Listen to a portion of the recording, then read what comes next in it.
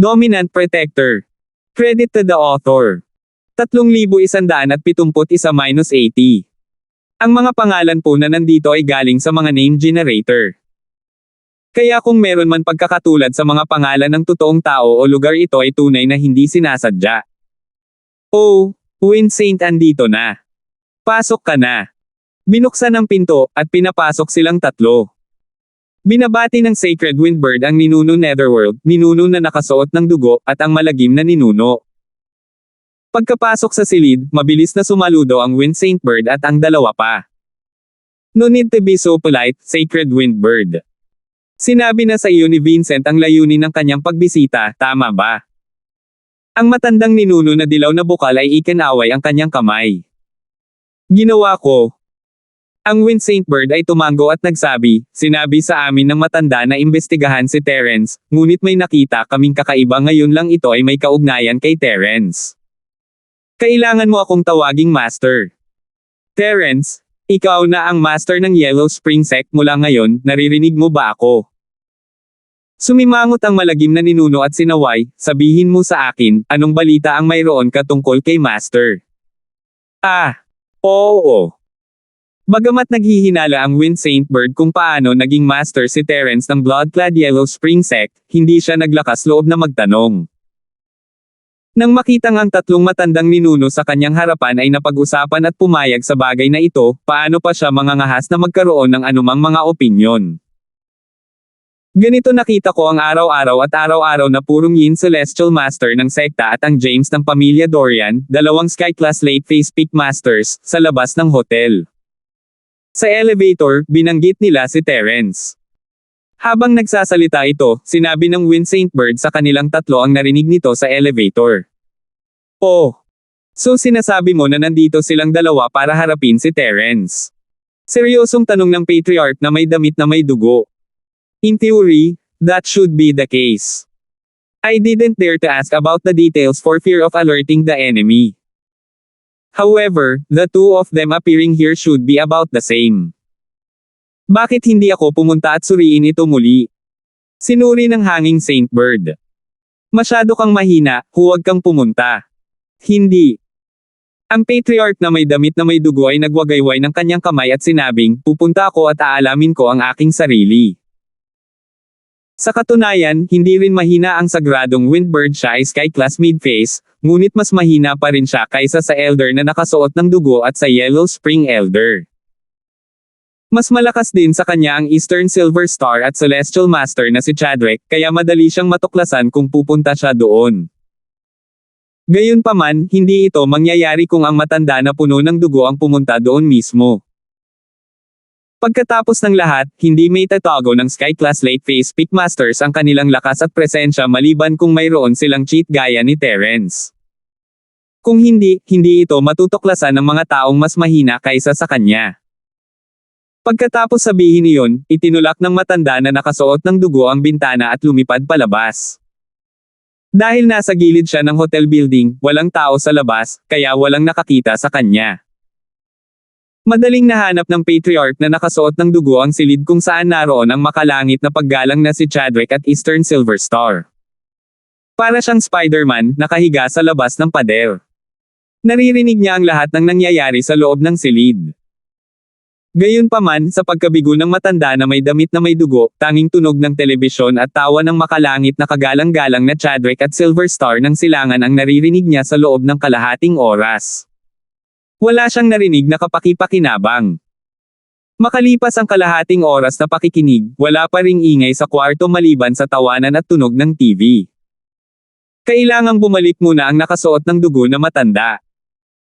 Ngunit hindi nakapagtataka, ang dalawang ito ay Sky-class late phase peak masters, at hindi na nila kailangan pang pag-usapan ang anuman kay Terence, na nasa unang bahagi lamang ng Sky-class. Kailangan lang nilang lumabas sa gabi at gawin ito. Sa ngayon, naghihintay lang ito ng nakakabagot. Ang karaniwang mundo ay isang lugar na may kaunting espiritual na chi, at kung hindi sila makapagsanay, ano pa ang magagawa nila maliban sa manood ng TV?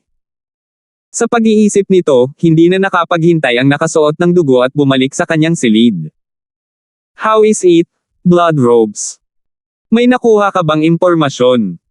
Anong nangyayari? Tanong ng matandang ninuno dilaw na bukal nang makita niyang nakasuot ng dugo ang matandang ninuno. They've been watching TV in their room the whole time, the blood rod elder shook his head. Wala na silang sinabi pa. Manood tayo sa gabi at tingnan kung ano ang magagawa natin. Iyon lang yata ang paraan. Tumango ang matandang ninuno Yellow Spring. Old Ancestor Yellow Spring, Blood Rod Old Ancestor, Grizzly Old Ancestor, ano ang susunod kong gagawin? Tanong ng Wind Saint Bird. Next, you should rest for a while. Hindi mo na kailangang makisali sa usapin sa gabi. Magiging sapat na tayong tatlo ngayong gabi, sabi ng matanda na may damit na may dugo pagkatapos ng ilang pag-iisip. Sige, mag-leave muna itong subordinate. Habang nagsasalita ang Wind Saint Bird, umalis ito kasama ang dalawang subordinate nito. Samantala, ang tatlong patriarka ay naghihintay ng gabi sa kanilang mga silid.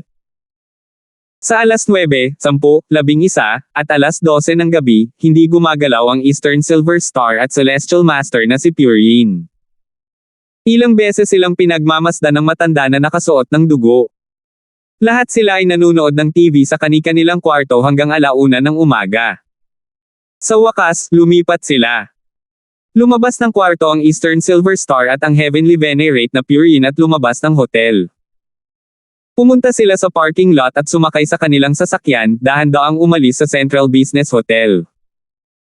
Siyempre, sa kanilang mga antas ng lakas, hindi na nila kailangang sumakay ng kotse para mahanap si Terence sa napakaikling paglalakbay. Ang layunin nila ng pagkuha ng kotse ay malamang na itago ito sa mga tao. Kung hindi, kakaiba para sa dalawang tao na maglakad sa labas sa kalagitnaan ng gabi. Gayunpaman, ang tatlong patriarka ay hindi nagmaneho o sumakay ng elevator. Sa halip, tumalon sila sa bintana ng hotel at sa gilid ng dingding. Sinundan nila ang Silver Star of the East at ang sasakyan ni Chadwick ay dahan-daang nakasunod. Huminto ang sasakyan sa harap ng Terence's Villa, at ang tatlo ay nagtago sa hindi kalayuan. Ding dong! Ang Silver Star ay nag-doorbell. Hindi niya pinilit na pumasok, natatakot na maalarma ang mga tao sa paligid. Pagkatapos ng lahat, sila ay mula sa sinaunang mundo, at hindi makatuwiran para sa kanila na makialam sa karaniwang mundo. Halos walang dahilan ang Dorian Clan para arestuhin ang pumatay sa mga tao ng Dorian Clan. Gayunpaman, ang mga tao ng pang-araw-araw at pang-araw-araw na sekta ay walang angkop na dahilan para gawin ito. Sa makatuwid, pinananatiling low profile siya. Bagamat ang bagong elder ng pang-araw-araw at pang-araw-araw na sekta, si Leandro, ay hindi nilalaro ang mga patakaran at umasa sa kapangyarihan ng sekta na huwag pansinin ang mga alituntunin ng sinaunang panahon, iyon ay si Leandro. Ang Celestial Master na si Purine ay nagpapanatili ng mababang profile hanggat maaari. Alas 1 na ng umaga, at may nagdo-doorbell pa rin. Bumalik sa realidad si Terence mula sa kanyang pagsasanay at lumabas ng kanyang silid patungo sa pasukan ng villa. Bumilis ang tibok ng puso ni Terence nang makita niya kung sino ang nasa labas ng pinto. Dalawang Sky Class Late Phase Peak Masters. 3,172. Bagamat nakita na ni Terence ang tatlong nangungunang masters ng Yellow Spring sect noon, medyo nabigla pa rin siya sa oras na ito. Malinaw na naramdaman ni Terence ang hindi magandang aura mula sa dalawang ito. Sila ay naiiba sa mga tao ng dilaw na sekta ng tagsibol na nakasuot ng dugo. Ang kanilang mga ekspresyon at malamig na saloobin ay malinaw na nagpapakita na sila ay mga kaaway at hindi mga kaibigan. May maitutulong ba ako sa iyo? Hindi pumunta si Terence sa pinto, nagbibigay na ng mahinang senyales si Jade. Kung pupunta siya, malamang nabibigyan siya ni Jade ng matinding babala. Kaya nakatayo lang si Terence sa gate, nakatingin sa dalawang celestial. Napagpasyahan na ni Terence na kung may mangyari, tatakbo siya sa likod bahay at sasakay sa Purple Lightning Beast.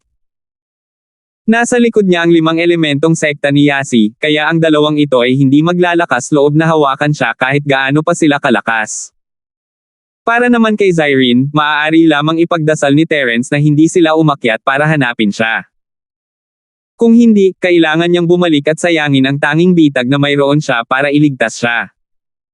Ikaw si Terence, hindi ba? Si James ay hindi nagmamadaling kumilos. Kailangan niyang sigurado siya kung sakaling magkamali siya at mabaliw ang tao. Katulad ng kanta ni Dorian at ng iba pa, gusto nilang salakayin ang tagapagmana ng Dark Palace, ngunit pinatay sila ng dakilang elder ng Dark Palace. At ikaw? Tanong ni Terence. Eastern Silver Star. Napatay mo ang marami sa mga tauhan ng aking pamilya Dorian, mayabang na sabi ni James. Ngayon, babayaran kita gamit ang iyong dugo. Ang pilak na bituin ng silangan. Kumunat ang noo ni Terence at tumingin kay Celestial Master Chadrick. How about you? Don't tell me galing din siya sa Dorian family. Celestial Purine, nandito ako sa utos ng Patriarch Craze Dragon na kitilin ang buhay mo. Hindi gaanong nagpaliwanag si Celestial Master Chadrick at sinabi lang ang layunin ng kanilang paglalakbay. Nandito ba silang lahat para patayin siya? Huminga ng malalim si Terence at tumalikod para tumakbo. Wala siyang choice kundi tumakbo, hindi siya kalaban para sa dalawang Sky-class late phase Peak Masters. Hindi niya kakayanin ang isa, pati dalawa. Buksan mo ang pinto at tanggapin ang iyong kamatayan. I'll let you die a quick death. Huwag mo nang isipin ang pagtakbo, hindi ka makakatakas mula sa dalawang Sky-class late phase Peak. Ano ang gagawin? Bulong ni Terence sa sarili, iniisip na tumalikod at tumakas. Kung tutuusin, huli na kung hindi siya tatakbo ngayon. Sa sandaling ito ng mga punyal na hinugot, sa hindi kalayuan, nagkatinginan ang matanda at nakatatandang Netherworld na may dugong damit at sabay na sinabi, Terena, huwag kang mag-iiwan ng sinuman. Habang nagsasalita sila, lumipad silang dalawa sa likuran ng Eastern Silver Star at Celestial Master na si Chadrick. Ang malagim na patriarka ay hindi gumalaw dahil naghihintay siya ng pagkakataong mag-aklas. Papatayin na sana ni Eastern Silver Star at Celestial Master Purine si Terence nang maramdaman nila ang panganib na nagmumula sa kanilang likuran. Nanlamig ang kanilang mga puso at mabilis silang lumingon upang makita ang dalawang men in black na papalapit sa kanila. What the F***? Anong klaseng tao ito? Ang dalawa sa kanila ay natakot sa kanilang talino. Ang dalawang Sky-class late phase Peak Full Masters ay ganap na nahayag, at kailangan nilang mag-ingat. May mga katulong itong si Terence. Nagulat si Heavenly Venerate Chadrick at Eastern Silver Star. Bagamat sila ay naguguluhan, wala silang ibang pagpipilian kundi ang sabay-sabay na ilabas ang kanilang makalangit na mga sandata upang harapin ang pag-atake. Kung hindi, tiyak na mamamatay silang dalawa kapag kaharap ang dalawang itim na espadang bakal na kumikinang sa malamig na liwanag. Sa isang kisap mata, ang apat na banal na sandata ay magkakaugnay, dalawa sa dalawa, at mahirap sabihin kung sino ang nanalo.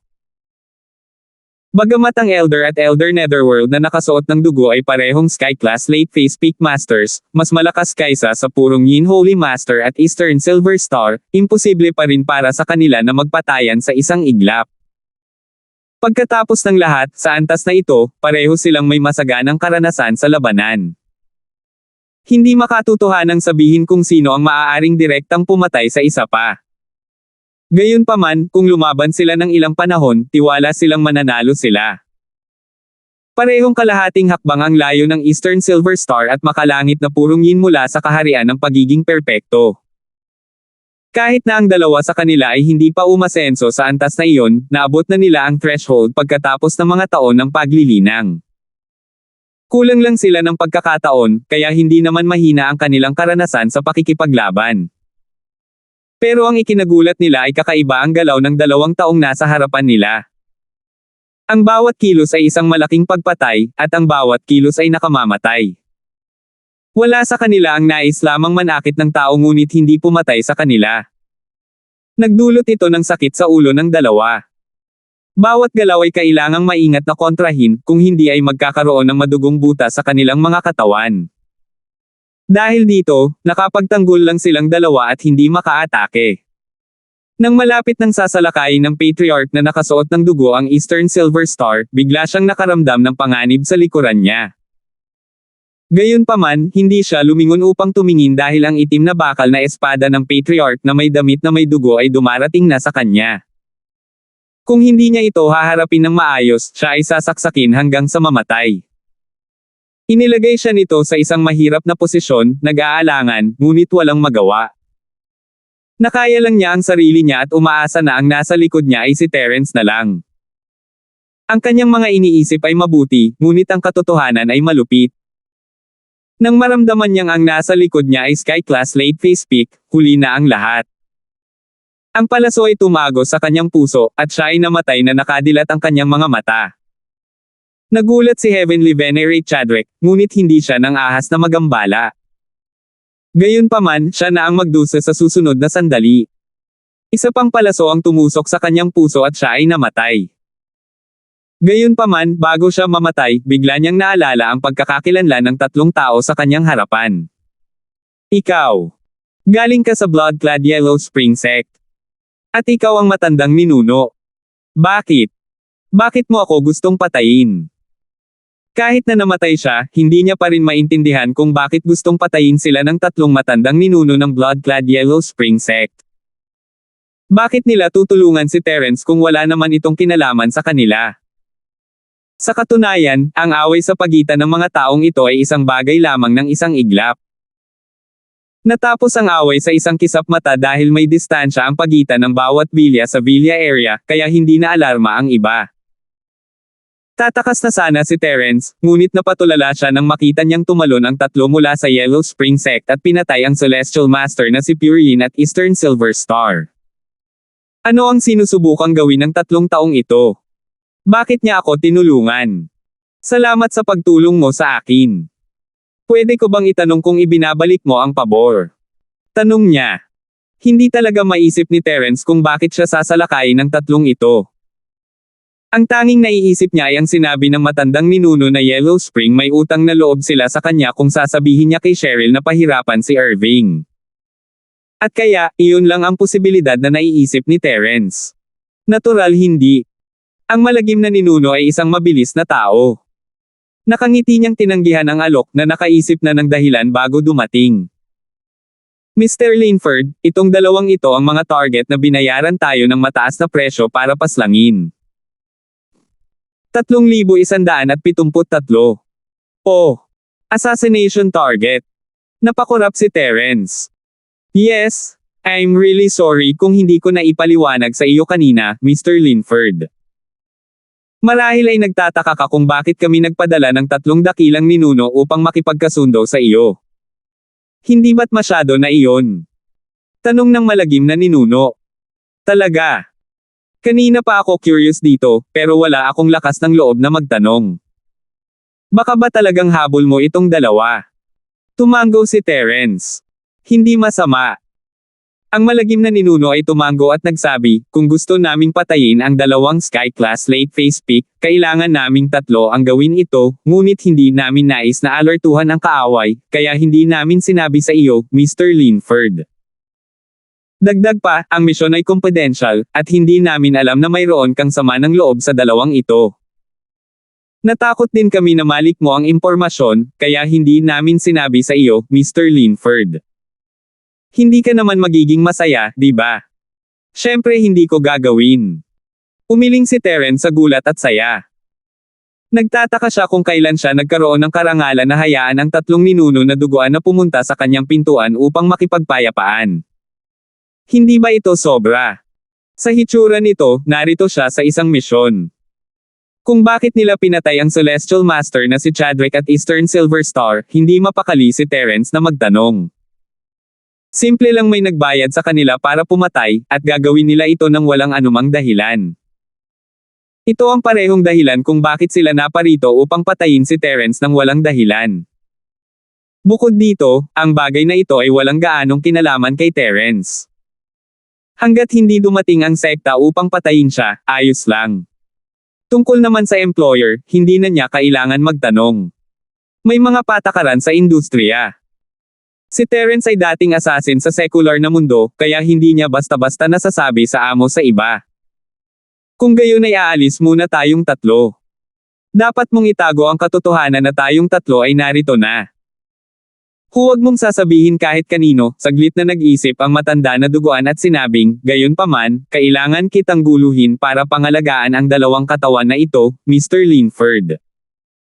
Baka kailangan mo pang managot sa dahilan ng kamatayan. Oh. Tumigil sandali si Terence, ngunit tuwang-tuwa kaagad.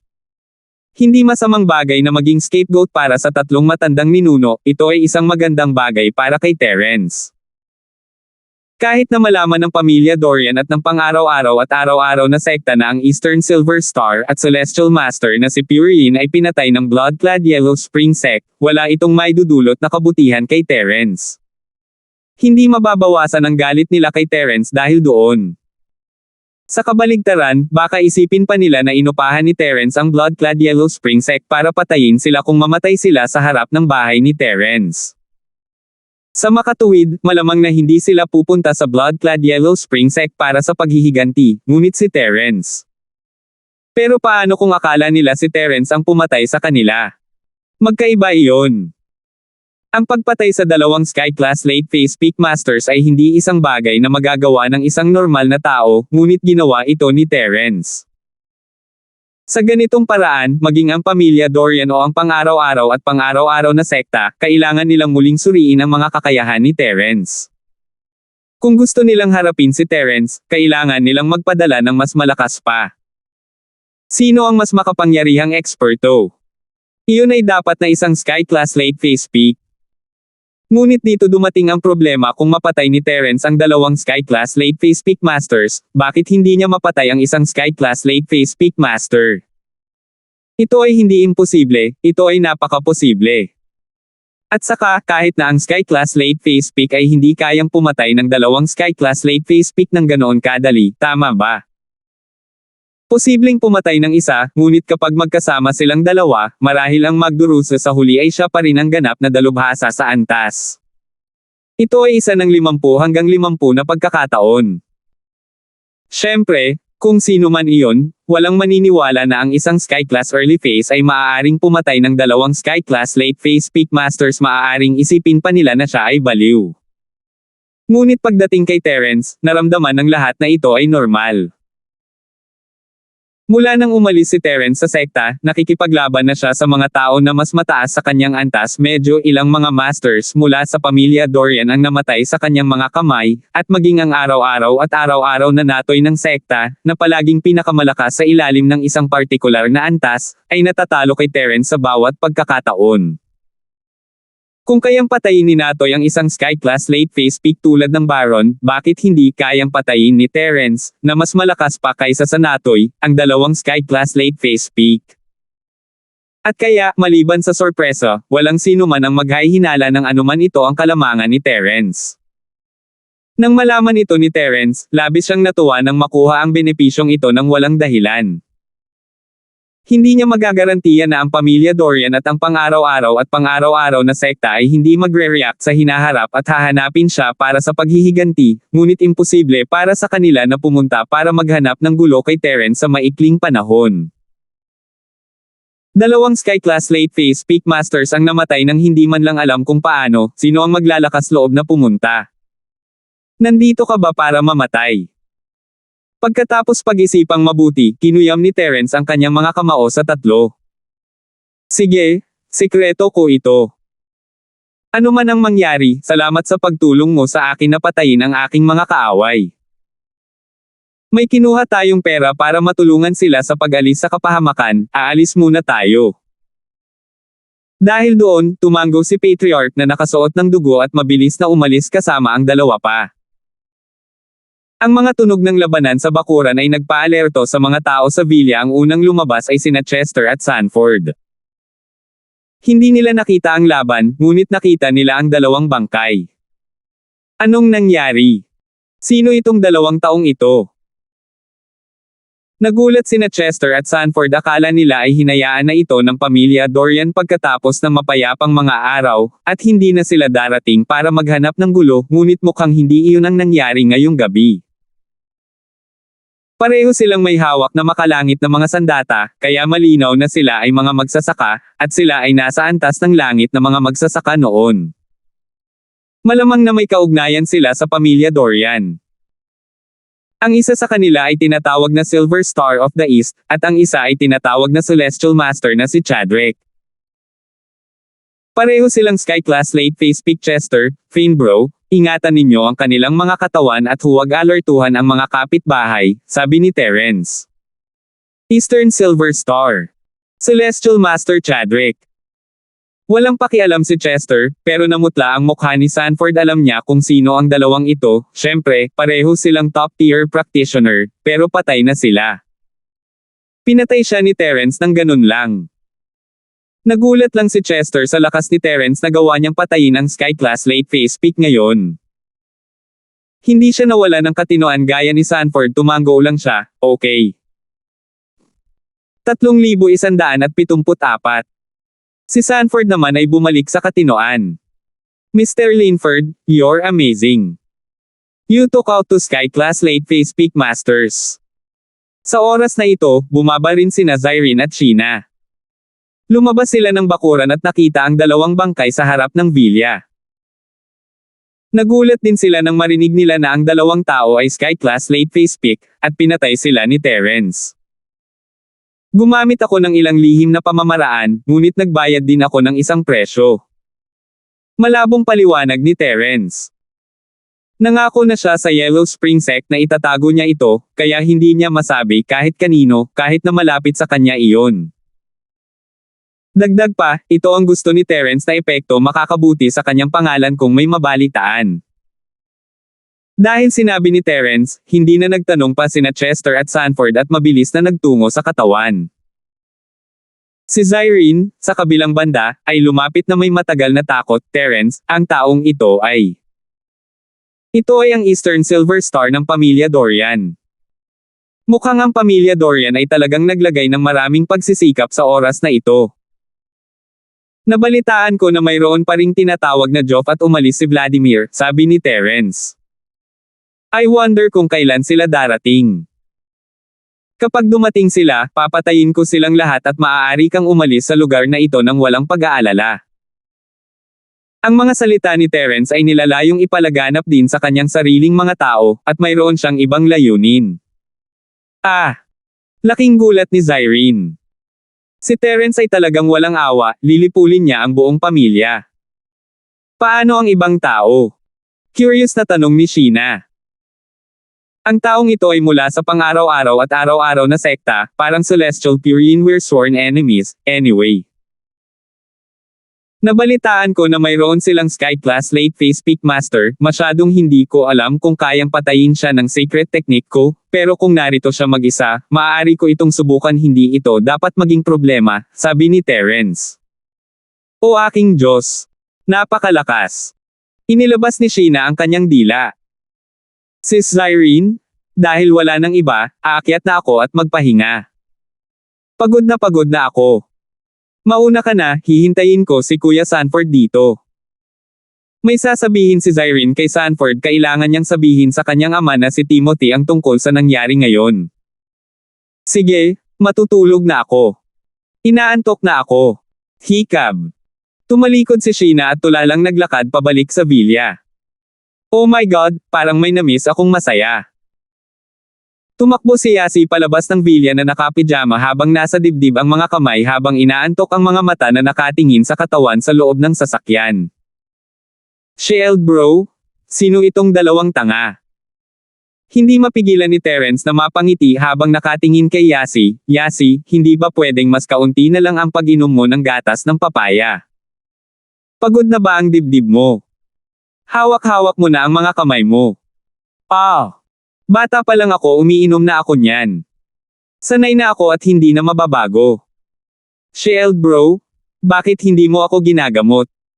Balita ko kaya mong sipsipin ang tabako. Sabi ni Yasi sabay bitaw. Kapag nilinang mo sa hinaharap, maaari mong pahigpitin ang iyong balat, at kapag ito ay medyo lumakas, hindi mo nakakailang ganing hawakan ito ng iyong mga kamay. Gumagamit si Terrence ng boses. Ito ay isang bagay na natutunan niya sa Ice Palace, at hindi pa siya gaanong pamilyar dito noong siya ay mystic, ngunit ngayon na siya ay isang Sky Class, madali niya itong magagamit. Si Yasi na naging tagapagmana ay sikreto pa rin, at ayaw ni Terrence na may makaalam nito. Dagdag pa, ito ay isang pribadong pag-uusap. Si Terence at Yasi ay napakalapit na hindi nila kailangang itago ang anuman sa isa't isa, ngunit si Zyrene ay kasama nila, at maging sina Sanford at Chester ay nasa malapit. Hindi lang ito masabi ni Terence ng malakas. Oh! Masayang tumanggo si Yasi, sa wakas hindi ko na kailangan pang hawakan ito. Sinabi ni Terence kay Yasi ang nangyari kagabi at dinala siya sa bahay, habang si Zyrene naman ay tinawagan si Timothy. Ang mag-ama ay hindi madalas makipag-ugnayan sa isa't isa, at palagi silang maraming pag-uusapan, kung minsan ay tumatagal ito ng buong gabi. Gayunpaman, maliban kina Zyrene at Timothy, ito ay nakatakdang maging walang tulog na gabi para sa marami sa iba pa. Si Orland ang unang nakarinig tungkol sa pagkamatay ni Geoff at Heavenly Venerate Chadrick. Napatulala siya. Hawak niya sa kamay ang phone na para siyang tinamaan ng kidlat. Hindi siya makapaniwala sa narinig niya. 2 Sky Class late phase peak, patay na lang. Kailan naging ganito kalakas si Terence? Ngayon, kayanan niyang patayin ang mga top-tier cultivator. Nagulat si Orland, ngunit sa parehong oras, nakaramdam siya ng matinding takot. Nagsisi siya ngayon bakit kailangan niyang patayin si Zyrene ng walang dahilan. Ngayon, malakas na ang kaaway niya. Kung ang Terence na ito ay gustong pumunta sa pamilyang Fane at kunin ang buhay ni Orland, ito ay kasing dali ng pagbelang ng kanyang kamay. Hindi man lang siya tinulungan ni Old Master Fane. Iyon ay dahil ang matandang Master Fane ay hindi katugma sa kanya. Saglit, labis na nadismaya si Orland. Pakiramdam niya, ang pinakamalaking kabiguan niya ay ang makipagtambol kay Julie para harapin si Zyrene. Ito ay isang hanggal na hakbang. Hindi siya pwedeng maupo at maghintay sa kamatayan. Kailangan niyang magmadali at hanapin si Julie para pag-usapan ang isang diskarte. Noon lang, pinuntahan ni Timothy ang tawag ni Zyrene, at nagkaroon ng pagkakataon si Julie Dorian na lumabas. Matapos matanggap ang text ni Orland, mabilis siyang pumunta sa napagkasunduang tagpuan at nakita niya si Timothy na nakakunot ang noo. Hindi niya maiwasang magtanong, Heavenly Tiger. Anong ginagawa mo gabi na, ano bang problema? Huwag mong intindihin ang pangalawang kapatid mo. Ate, huwag na nating pag-usapan ito. May nangyari, may malaking nangyari. Ikinaway ni Orland ang kanyang kamay at hindi pinansin ang mga salita ni Julie. Nagmamadaling sabi niya, patay na ang Eastern Silver Star. Ano? Patay na ang pangalawang kapatid ko. Nanlaki ang mga mata ni Julie habang hindi makapaniwalang tumingin kay Orland. Orland, nagbibiro ka ba? Ang iyong biro ay hindi nakakatawa. Ang pangalawa kong kapatid na lalaki ay isang Sky Class late phase peak, kalahating hakbang bago makumplito, at sinasabi mong patay na siya. Ate, wala ako sa mood makipagbiruan sa'yo. Kumunat ang noo ni Orland at sinabing, ang namatay na kasama niya ay ang pang-araw-araw at araw-araw na Celestial Chadrick ng sekta, isang Sky Class late phase peak master. Ano? Paano sila namatay? Anong ginagawa nila? Anong nangyayari? Nag-aalalang tanong ni Julie nang mapagtanto niya na maaaring nagsasabi ng totoo si Orland. Nagtulungan sila para patayin si Terence, ngunit magaling si Terence, ngunit pinatay niya sila. Hindi rin ako naniniwala, pero ito ang totoo. Walang magawang sabi ni Orland. Natatakot akong kumalat ang balita bukas. 3,175. What? That Terence? He was this strong. Di ba Sky Class early phase bodyguard lang siya? Paano mo napatay ang 2 Sky Class late phase peak?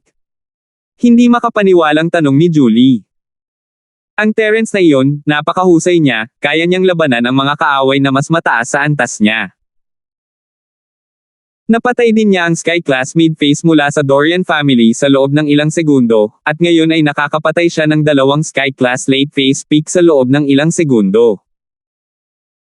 Nabalitaan kung gumamit siya ng isang uri ng sekretong pamamaraan, ngunit kahit na ano, itinatago pa rin niya ang kanyang lakas. Hindi namin alam kung ang pagpatay sa 2 Sky Class late phase peak ang limitasyon niya ngayon, pero baka pwede pa niyang patayin ang Sky Class late phase peak. Sabi ni Chanho. Kung gayon, ano ang dapat nating gawin? Nagulat si Julie, alam ba niya na ito ang lihim nating plano? Darating kaya sila at mahihirapan tayo. Kung dumating siya, mamamatay tayong lahat. Chanho, mag-isip ka agad ng paraan, ano ang gagawin natin? Nagpapanik si Julie. Sa unang pagkakataon, nakaramdam siya ng kawalan ng lakas at takot. Ang pamilya Dorian ay hindi na maaaring maging suporta niya dahil kahit na ang Sky Class Late Phase Peak ay maaaring patayin ni Terence. Natatakot siyang maghiganti si Terence sa kanya. Huwag kang mag-alala, alam talaga ni Terence. Kung tutuusin, bodyguard siya na inupahan ng pangalawang kapatid ko. Siguradong sasabihin sa kanya ng pangalawang kapatid ko ang tungkol sa atin, kaya walang kwenta ang pagpanik. Kailangan nating mag-isip ng plano. Medyo nalungkot din si Orland. Bakit hindi natin siya puntahan at humingi ng awa? Huwag mo kaming patayin, hindi ko na uulitin. Hindi ko na gagawin kay Zyrene. Paano kung hilingin natin sa kanya na patawarin tayo? Oo, yun lang. Medyo nababalisa si Julie. Lumuhad ako at humingi ng awa. Nabalitaan ko na siya ang amo ng tula, at ako ang ina ng tula. Ayaw man niya akong bitawan, dapat bigyan niya man lang ng mukha ang kapatid niyang si Poim, di ba? Sasabihin ko sa tula na humingi ng tulong sa kanya. Si Orland ay labis na nalungkot. Naisip niya sa kanyang sarili, kapag hindi ka na sinisisi ni Terence, tiyak na ilalabas niya ang kanyang galit sa akin. Ano ang dapat kong gawin kung gayon? Parang hindi talaga makatrabaho ang ganitong klase ng babaeng walang utak. Ang pakikipagtulungan sa kanya ay simpleng paghingi ng gulo. Gayunpaman, walang ibang pagpipilian si Orland. Si Julie ay maaaring umasa kay Shalom, ngunit hindi niya kaya. Kinamumuhian siya ni Shalom hanggang sa mamatay, kaya bakit niya siya tutulungan? Saglit na nag-alinlangan si Orland. Biyaya man o sumpa, hindi niya maiwasan. Kaya lang niyang mag-isip ng paraan. Then you go? I'll think of another way. Walang magawang sabi ni Orland. Pumunta si Julie upang makiusap sa kanyang anak, si Shalom, na mamagitin para sa kanya. Hindi sumuko si Orland pagkatapos niyang bumalik, ngunit tinawag niya si Dorian na Jinxing. Siya at si Geoff ay ginawa ito ng magkasama. Mamatay man siya, kailangan niyang kumuha ng kasama niya. Si Geoff ay talagang naghihintay din ng balita mula sa Silver Star. Kinausap siya ng Silver Star ngayon, nagpas siyang patayin si Terence sa gabi. Ang napagkasundo ang oras ay bandang hating gabi, ngunit halos madaling araw na, at wala pa ring balita. Nagdulot ito ng masamang pakiramdam kay Geoff. Logically speaking, dalawang Sky Class Late Phase Peak Masters ang pumatay kay Terence, isang Early Phase Sky Class Master, ay dapat na ilang minuto lang, hindi naman ito dapat tumagal ng masyadong maraming oras, pero ilang oras na ang nakalipas, at wala pa ring balita. Paano hindi mag-aalala si Geoff? Geoff, you're now the young master of the Dorian family. Bakit ka nabalisa? Itinaas ni Vladimir ang kanyang mga mata upang tingnan si Geoff. May tiwala siya kay James. Ang Sky Class Late Phase Peak ay isang nangungunang pag-iral sa kasalukuyang mundo ng mga practitioner. Kahit na ang Sky Class Late Phase Peak ay hindi madaling mapatay, lalo pa si Terence. Pare, tatawagan ko ba si Silver Star at magtanong? Medyo hindi mapalagay si Geoff. Hindi siya mapakali kung hindi niya masisiguro ang kaligtasan ng Silver Star. If you make the call, I'm afraid that Silver Star will be in the middle of an assassination mission, and that might affect him. Bakit hindi mo siya padalhan ng text message? Kapag nakita niya ang message, magre-reply siya sa iyo. Sinabi ni Vladimir pagkatapos ng ilang pag-iisip. Sige. Tumango si Geoff at kinuha ang kanyang telepono. Pero bago pa man siya makapag-message ay nag-ring ang phone niya. Tiningnan ni Geoff ang caller ID at nakitang si Orland iyon. Gabi na, ano ang panawagan ni Orland? Bagamat medyo naguguluhan si Geoff, kinuha pa rin niya ang telepono dahil nasa cooperative relationship sila. Orland, anong problema? Kuya Dorian, masamang balita. Parehong bumagsak sina Mr. Silver Star of the East at Celestial Master Chadrick. Nag-aalalang sabi ni Orland. Ano? Anong sinabi mo lang? Anong meron sa Silver Star? Nagulat si Joff. He couldn't believe his ears. Hindi naman ako nagkamali ng narinig, di ba? Pwede mo bang ulitin? Kuya Dorian, hindi ka nagkamali ng narinig. Nakatanggap lang kami ng balita na ang dalawang ito ay pinatay ni Terrence sa harap ng kanyang bahay gamit ang isang lihim na pamamaraan. Bumantong hininga si Orland. Naiintindihan niya ang nararamdaman ni Joff. Noong una niyang natanggap ang balita, hindi ba siya labis na nabigla? What? Terrence killed them. How was this possible? The two of them were Sky Class late phase peak. Terrence was just a Sky Class early phase. How could he kill them in seconds? Nagsisinungaling ka, no? Ayaw maniwala ni Joff sa mga salita ni Orland. Bagamat alam niyang hindi magkakaroon ng lakas ng loob si Orland na magbiro tungkol sa ganoong bagay, umaasa pa rin siya na magiging maswerte siya. AI. Kuya Dorian, kayang patayin ni Terrence ang Sky Class mid-phase master sa ilang segundo, bakit hindi niya mapatay ang Sky Class late phase peak? Walang magawang sabi ni Chanho. Hindi ba sinatoy mula sa pang-araw-araw at pang-araw-araw na sekta ay kumuha din ng Sky Class late phase peak tulad ng Baron? Pandaraya lang yan. Kung wala tayo sa 5 kasamaan na Savage Land at wala masyadong Spirit Beast, paano tayo namatay kung hindi tayo natalo? At most, pansamantala ka lang mawawala sa isip mo. Nagtalo si Joff. Gumamit din ng Terrence na iyon ng isang uri ng lihim na pamamaraan, at narinig ko na nagbayad siya ng isang tiyak na presyo upang patayin ang isang Sky Class late phase peak sa ilang segundo. Hindi ko alam kung anong presyo ang binayaran ni Terrence, pero at least ayos lang siya na parang walang nangyari. Who knows? Baka mapatay pa niya ang Sky Class late phase peak master sa ilang segundo. Sabi ni Chanho. Hindi. Imposible ito. Paano siya naging napakalakas? Paano nagkaroon ng ganoong tao? Isa siyang rogue cultivator, hindi isang alagad ng isang sekta. Si Joff ay umungal sa medyo emosyonal na estado. 3,176. Hindi niya matanggap ang katotohanan ito. Ang sunod-sunod na pagkamatay ng pamilya Dorian ay naglagay na sa kanya sa bingit ng mental breakdown, at ngayon, ang kanyang sariling kapatid na si James, ay namatay din. Si Joff ay biglang nawala ng kontrol. Joff, huminahon ka. Kahit na si Vladimir ay may malabong pakiramdam na ang mga bagay ay hindi maganda, at na si James ay malamang na nasa panganib, hindi niya kayang mawala ang kanyang pagtitimpi. Sinampal niya ang mukha ni Joff, nagising siya.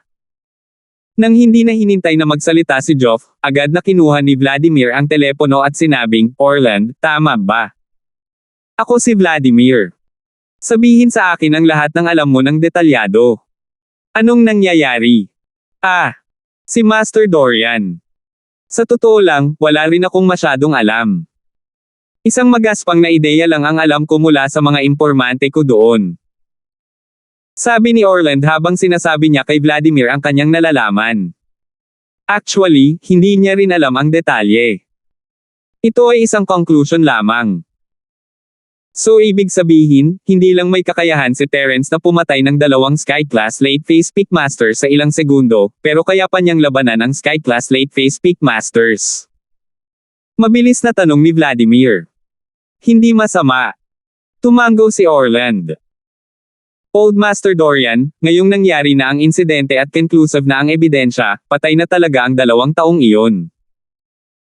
Ang susunod nating hakbang ay dapat na pag-usapan kung paano protektahan ang ating mga sarili. Plano ito ng ating 2 pamilya, at kung talagang hahanapin tayo ni Terrence, hindi natin siya mapipigilan. Kayo, ang pamilya Dorian, ay mga alipin din ni Terrence. Ito. Ang ekspresyon ni Vladimir ay sobrang hindi magandang tingnan.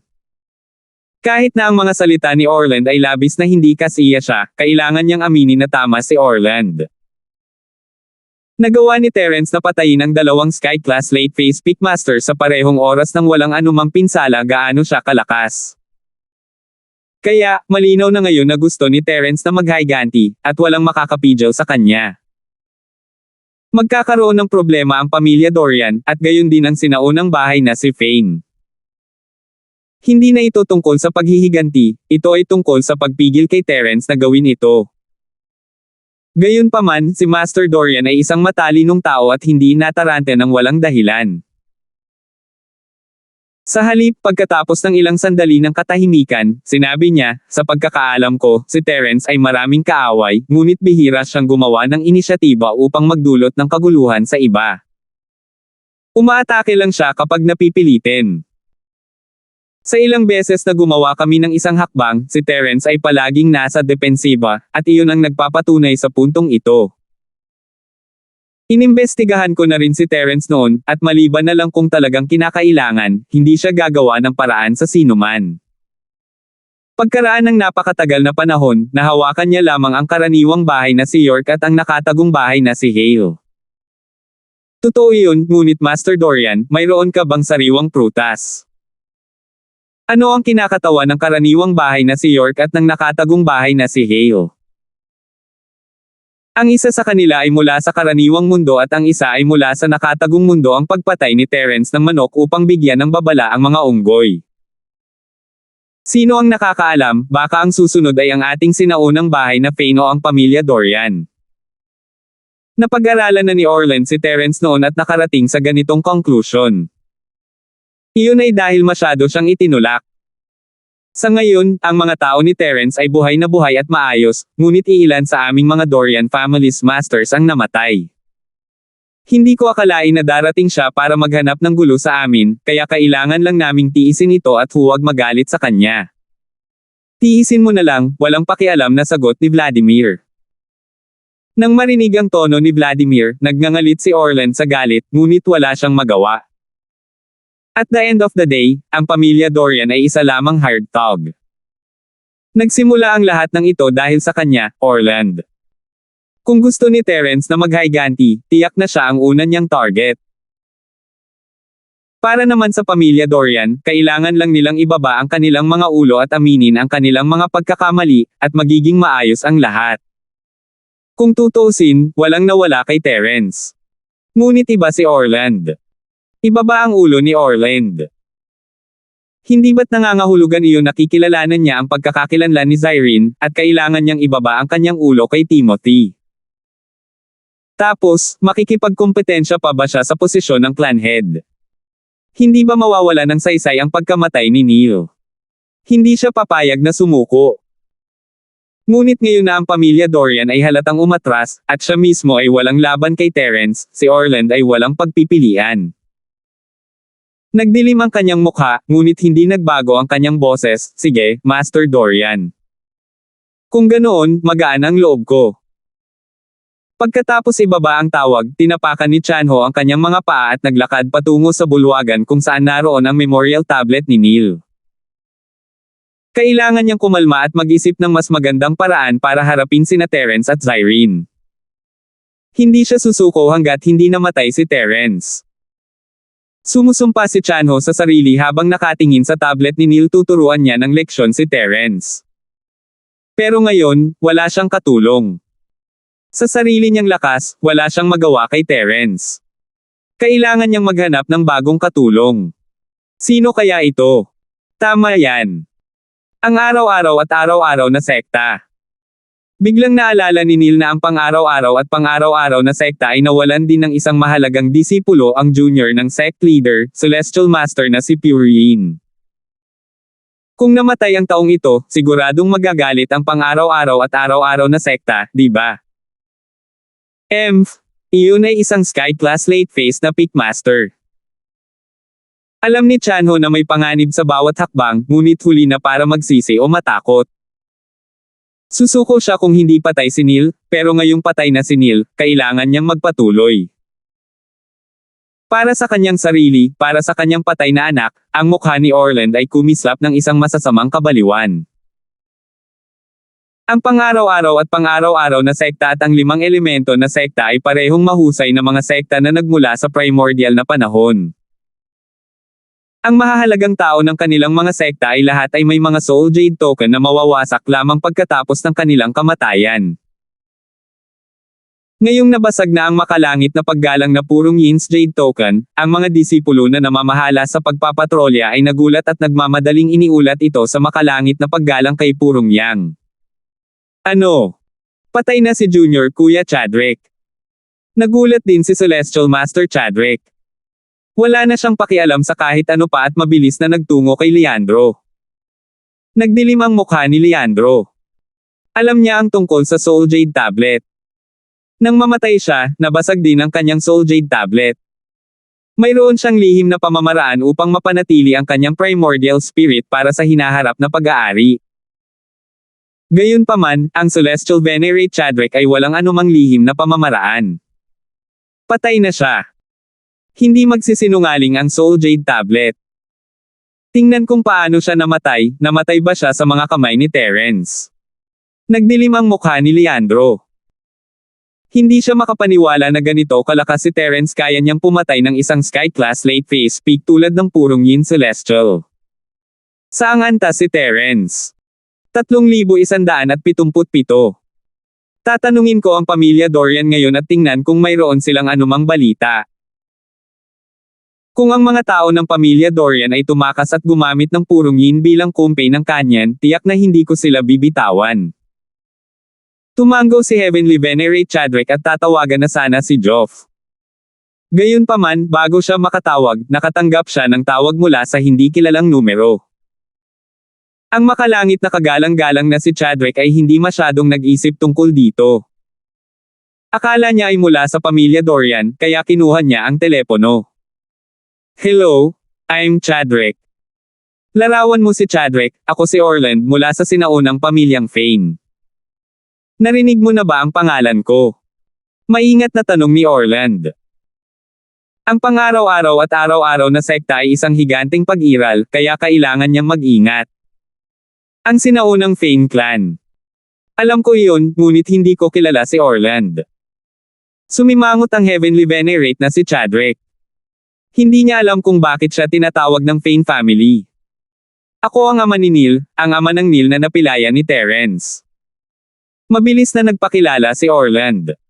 Oh, Neil. Biglang may naalala ang Heavenly Venerate na si Chadrick. I have an impression of that. What's the matter, Orland? Ganito. Pinatay na ni Terence ang Master mula sa tabi mo, Celestial Master Pure Yin, at ang Master mula sa Dorian family, Eastern Silver Star. Nandito ako para iulat ito sa iyo. Sabi ni Orland. Ano? Pati ang Dorian Silver Star ng Dorian family ay patay na. Nagulat ang makalangit na purong Yang. Siya ay orihinal na nahulaan na ang pilak na bituin ng silangan ay gumamit ng makalangit na purong Yin bilang kanya na kumpay. Gayunpaman, tila hindi iyon ang nangyari. Pareho silang patay. Oo, lahat sila ay pinatay ni Terence. Sabi ni Orland. Oh. Saka paano mo nalaman ang tungkol dito? Mukhang walang kinalaman ito sa sinaunang Fane Clan mo, di ba? Anong papel mo dito? Naging malamig ang tono ni Chadrick ng langit. Celestial Master Chadrick, sasabihin ko sa iyo ang totoo. Ako ang nagpasimula ng gulo ng pamilya Dorian. Nagpasya si Chanho na huwag itago ang anuman at sinabi sa Celestial Master na si Chadrick tungkol sa kanyang plano na hawakan si Zyrene. Sinabi rin niya sa kanya ang tungkol sa pagkagalit niya kay Terence. Ang mga bagay na ito ay hindi na isang lihim, kaya hindi siya natatakot sa anumang bagay. Oh. So, namatay ang pamilya Dorian dahil sa'yo. Ano ang kahulugan ng tawag na ito? Kumunat ang noo ng makalangit na kagalang-galang na si Chadrick. Baka gusto mo lang ipaalam sa akin na nahulog din si Chadrick. Medyo nalilito ang makalangit na purong Yang tungkol sa mga intensyon ni Orland. Kahit na namatay ang pamilya Dorian dahil sa Orland, hindi na kailangang ipaalam sa araw-araw at araw-araw na sekta. Ano ang intensyon ng lalaking ito?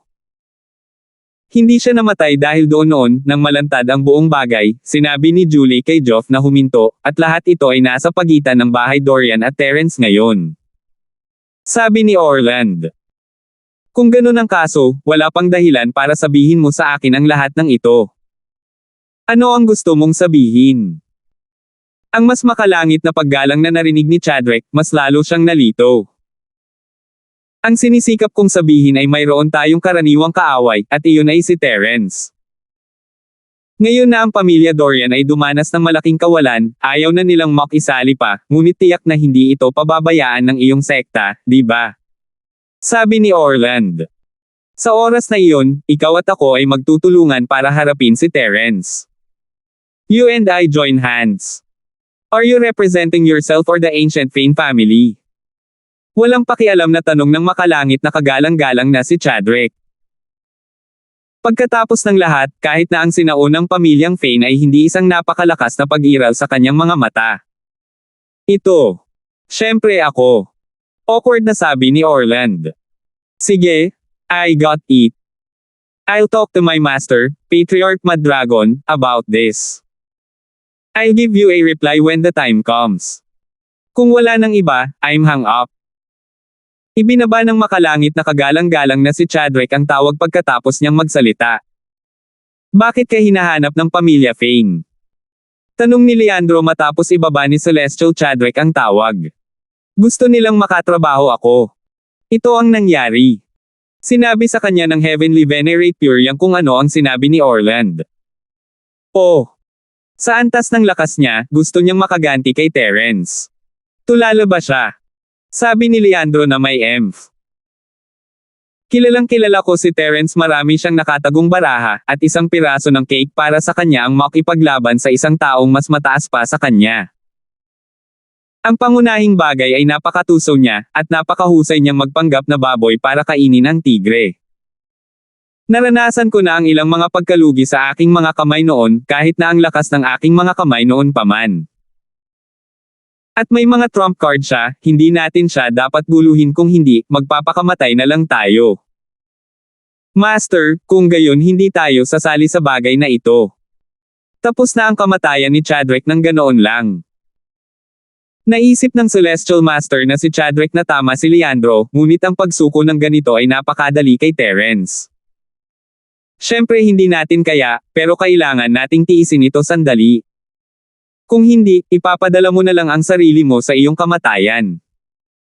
Sa tingin mo ba kakayanin mo si Terence? Tanong ni Leandro. Ito. Totoo yan. Sasabihin ko kay Orland na hindi tayo sasali, kung gayon. Tumango ang Heavenly Venerate Chadwick. Sabihin mo sa kanya na hindi tayo sasali, pero kung gusto niyang harapin si Terence, ayos lang din. Wala bang blood-clad Yellow Spring sect sa sinaunang antas na dalubhasa sa pagpatay sa mga practitioner? Sa palagay ko maaari mong paalalahanan si Orland na kumuha ng mga tao mula sa sekta upang patayin si Terence. Sabi ni Leandro pagkatapos ng ilang pag-iisip. Iyan ay isang magandang ideya. Kung ito ay gumagana, pagkatapos ito ay gumagana. Kung ito ay hindi mawawala sa amin ang anumang bagay. Ikaw ay nag-o-overthink sa mga bagay-bagay, Master. Sumangayon ng Heavenly Venerate Chadwick. Hindi naman sa nag-o-overthink ako, pero may hinahawakan din ako, at hindi ko na kaya. Ngunit, dahil mas kilala ko si Terence kaysa sa iba, alam kong hindi ito isang bagay na maaaring kunin sa maikling panahon. Matagal na niya itong hawak, hindi mahalaga kung ito ay panandalian lang. Nakikita ko, ngunit naniniwala ako na kapag nabawi ni Master ang kanyang lakas, ang pagpatay kay Terence ay isang piraso ng cake. Sabi ng makalangit na paggalang kay Chadwick. Sana nga. Tama, sabi ni Leandro sabay tango, tulungan mo akong maghanap ng tao at patayin siya. Oh. Master, sino ang gusto mong patayin? May iba ka pang kaaway bukod kay Terence? Nagulat na tanong ni Celestial Master Chadwick. Ang pangalan ng taong ito ay Orville. Noong nasa lungsod ako ng Stonegate, hindi pa ako ang nakatatanda sa pang-araw-araw at pang-araw-araw na sekta. Disipulo lang ako sa pangalan. Mababa ang tingin sa akin ng batang ito at binugbog pa ako. Kaya lang, ang daming nangyari kanina. Naging Kuanglong Patriarch ako, at nakikipag-away kami kay Terence, kaya't wala akong oras para malaman niya ngayon. Ang galit ko, kaya sa kanya ko lang ito mailalabas. Sabi ni Leandro. 3,178. Oh, sige. Master, cultivator din ba ang taong ito? Anong antas ng lakas? Asked Heavenly Venerate Chadrick. Earth class ang lalaking ito, hindi ko alam kung gaano siya kalakas ngayon, pero sigurado akong hindi siya sky class. Send someone to kill him, sky class lang ha. Sabi ni Leandro. Okay, pero para lang maging ligtas, dapat tayong magpadala ng sky class late phase peak pagkatapos ng lesson ni Terence, kailangan nating maging mas maingat. Iminungkahi ng makalangit na paggalang na si Chadrick. Tama ka. Hanapin mo ang tao at ipapaliwanag ko sa kanya. Bulong ni Leandro sa sarili bago tumango. Ang pang-araw-araw at pang-araw-araw na sekta ay may napakaraming eksperto.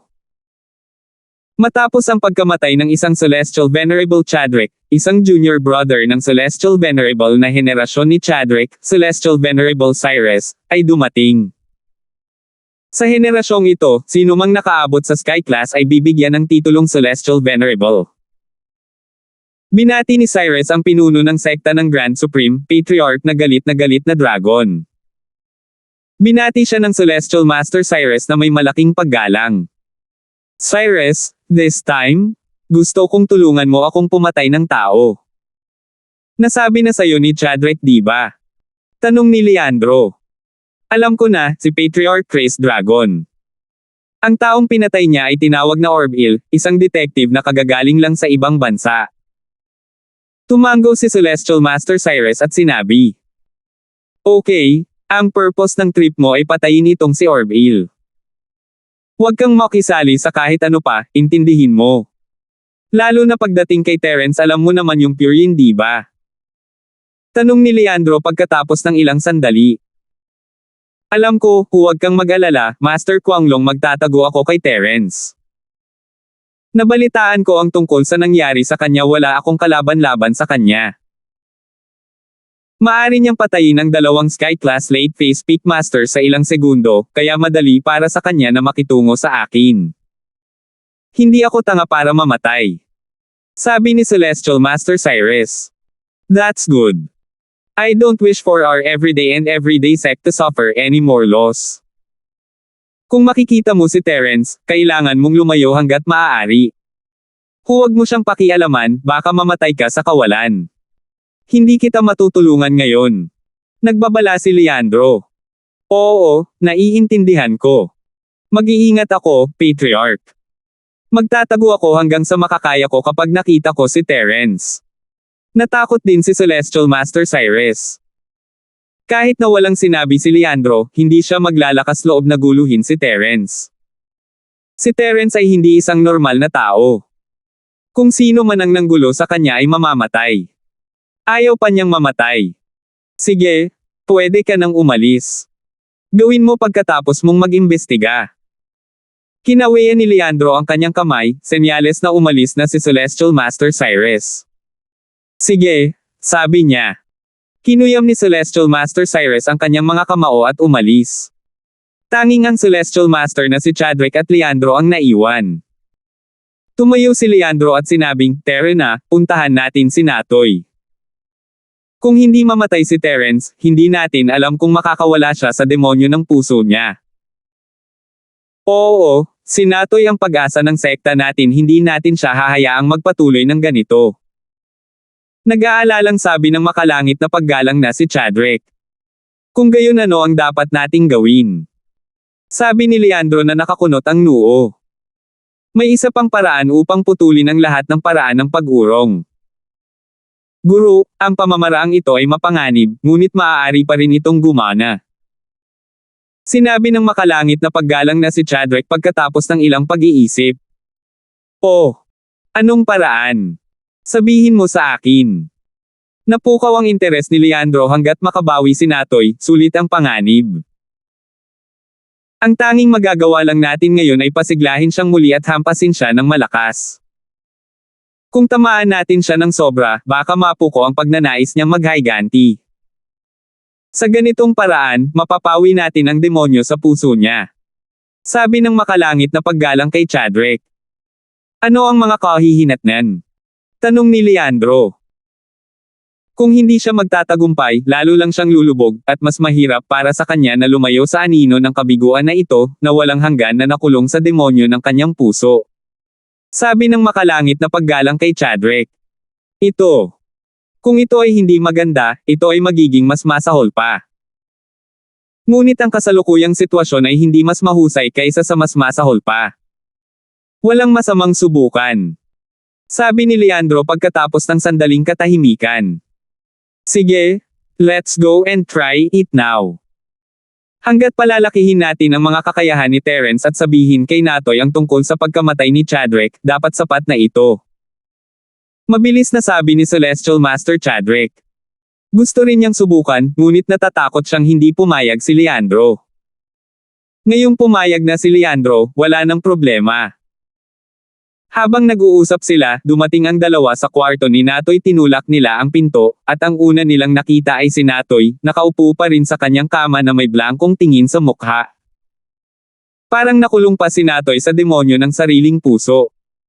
Natoy, nandito ako para makita ka. Napabuntong hininga si Leandro, gusto kong patayin si Terence para makaganti para sa iyo at tulungan kang makaalis sa demonyo ng puso mo, pero hindi ko akalain na magiging ganoon kalakas siya. Pati ang Celestial Purine ay namatay sa kanyang mga kamay. Ngayon, kaya niyang pumatay ng 2 Sky-class Late Phase Peakmaster sa ilang segundo. Wala talaga akong magagawa sa kanya. Oo.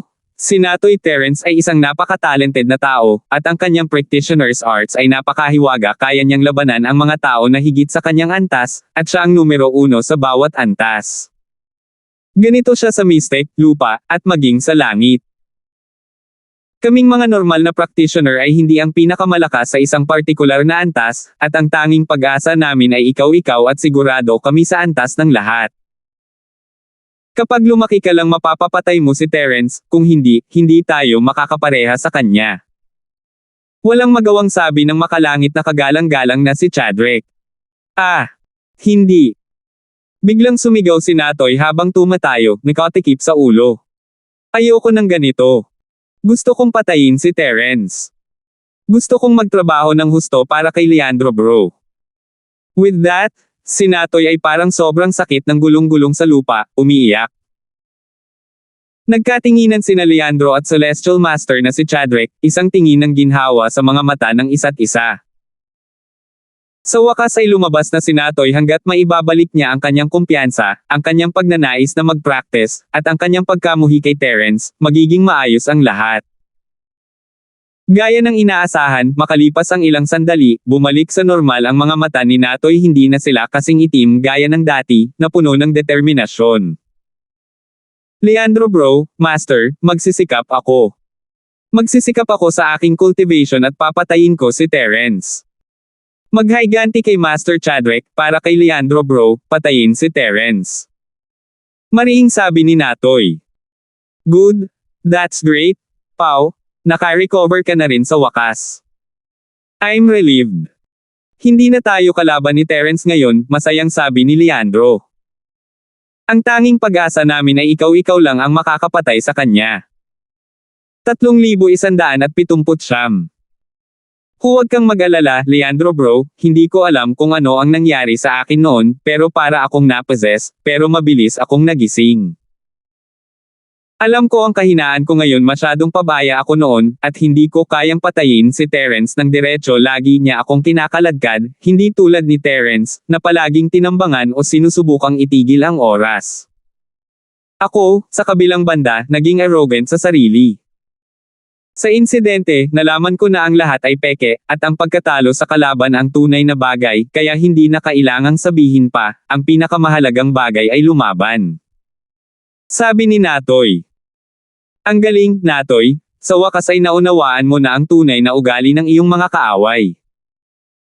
Gayunpaman, sino ba ang hindi nagkaroon ng panahon noong bata pa sila at walang kabuluhan?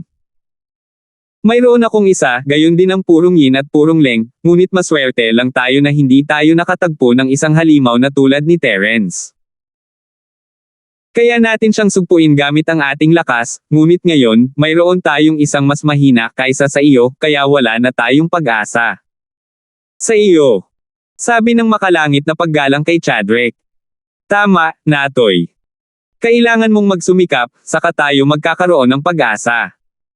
Napangiti si Leandro habang tinatapik ang balikat ni Natoy. Bagamat patay na si Chadrick, nakabawi na si Natoy mula sa kanyang panloob na demonyo. Ito ay isang bagay na dapat ipagdiwang. Ang Celestial Master na si Chadrick, sa kabilang banda, ay tumawag kay Chanho. Paano ito, Celestial Venerable Chadrick? Ano ang sinabi ng mga ninuno? Habang si Orland ay sabik na naghihintay, sa wakas ay nakatanggap siya ng tawag mula sa makalangit na kagalang-galang na si Chadrick. Orland, sinabi ng mga Grandmaster na hindi tayo dapat makisali dito sa ngayon. Kung tutuusin, ang purong Yin Holy Master ay kamamatay lang at wala tayong makakaharap kay Terence. We'll be sent ourselves to our death if we acted rash without understand Terence's situation.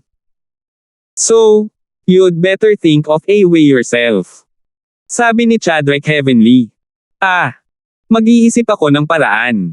Bumantong hininga si Orland. Actually, nahulaan na rin niya ang kinalabasan nito. Pagkatapos ng lahat, ang pang-araw-araw at araw-araw na sekta ay hindi hanggal. Magpapatuloy ba sila sa pag-atake pagkatapos na may namatay? Hindi ba ito nagpapadala sa kanyang sarili sa kanyang kamatayan? Gayunpaman, masasabi ko sa iyo na mayroong isang blood-clad Yellow Spring sect sa sinaunang antas. Isa itong pangkat ng assassin. Sa tingin ko alam mo ang tungkol dito. Kung wala kang magagamit na tao, maaari mo silang upahan upang tulungan ka. Walang ibang sinabi ang makalangit na paggalang na si Chadrick. Sige, iyon lang ang sasabihin ko. Blood-clad Yellow Spring sect. Lumiwanag ang mga mata ni Orland. Tama, bakit hindi niya naisip noon? Makakapagligtas ito sa kanya ng maraming problema kung hihilingin niya sa dugong Yellow Spring sect na harapin si Terence. Naiintindihan ko, sabi ni Orland. Salamat sa iyong payo, makalangit na paggalang kay Chadrick. Swertehin kita. Ibinaba ng Heavenly Venerate na si Chadrick ang telepono at hindi na nagsalita pa. Natatakot siya na ang bagay na ito ay magdulot sa kanya ng gulo. Matapos ibaba ang telepono, agad na nakita ni Orland ang paraan ng pakikipag-ugnayan ng sekta ng dilaw na tagsibol na nakasuot ng dugo at tinawagan ang masasamang matandang ninuno, na siyang namamahala sa sekta. Sa sandaling ito, ang malagim na matanda ay nasa telepono, nag-uulat kung ano ang nangyari. Sinabi niya kay Donovan kung paano nagsama-sama si Celestial Master Purin at Eastern Silver Star para harapin si Terence.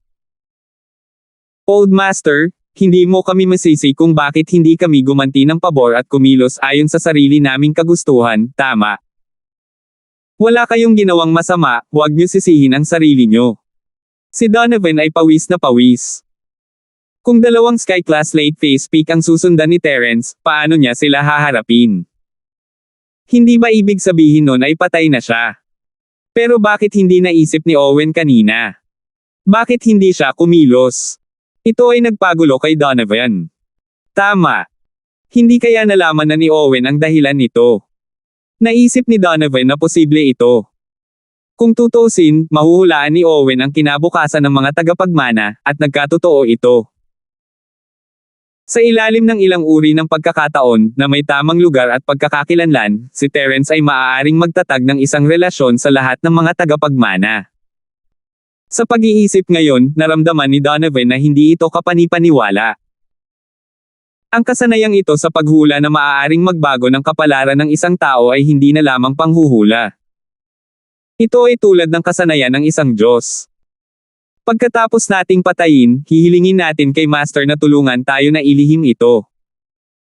Sa totoo lang, gusto nating ibigay ang kredito kay Master para maging ligtas sandali si Master. Sabi ng malagim na ninuno. Magaling kayo. Ngunit huwag masyadong makialam, sabi ni Donovan, ang tamang dami ng panganib ay mabuti para sa paglaki ni E. We understand. We were forced to do this. As long as Master can handle it, hindi kami makikialam. Sabi ng malagim na ninuno. Sa kabilang banda, katatapos lang ng tawag ng malagim na Grandmaster kay Donovan nang muling tumunog ang kanyang telepono. Ang mga may numero niya ay pawang mula sa sinaunang Ordan. Kung ito ay isang assassination mission mula sa ibang utos, may nakipag-ugnayan sana sila sa ibang tao sa sekta. Hoy, ang pangit ko. Kinuha ng malagim na ninuno ang telepono. Ghastly Patriarch, ako si Orland mula sa sinaunang Fane Clan. Gusto kong makipagnegosyo sa iyong sekta. Dumiretso si Orland sa punto pagkatapos kunin ang telepono.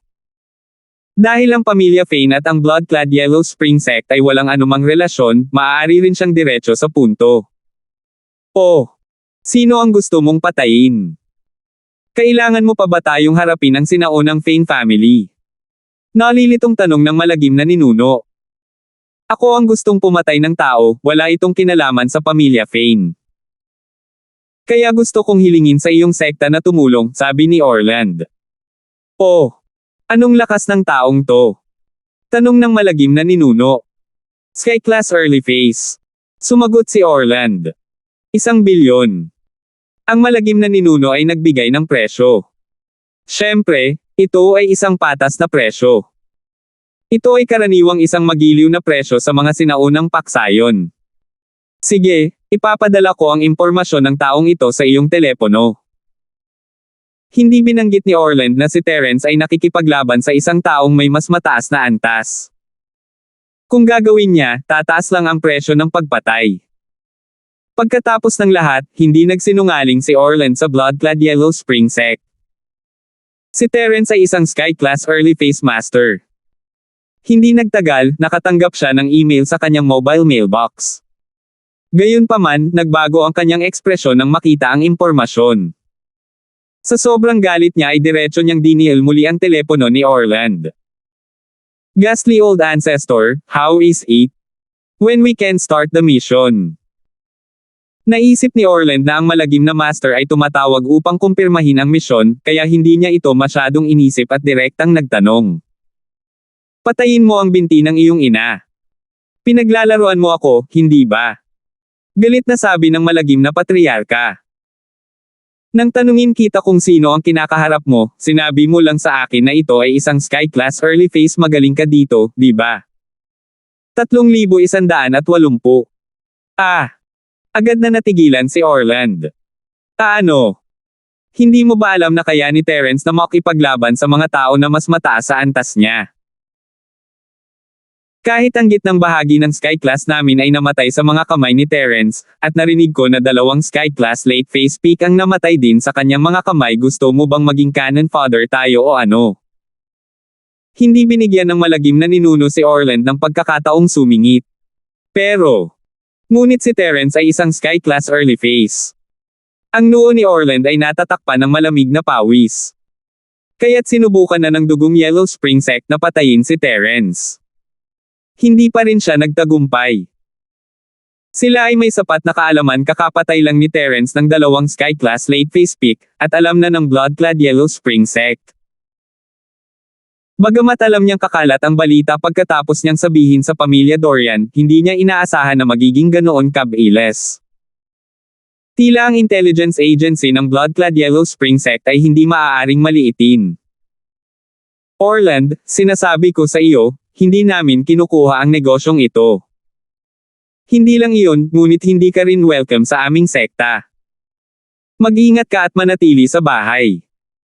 Kung hindi, tiyak na papatayin kita kapag nakita kita.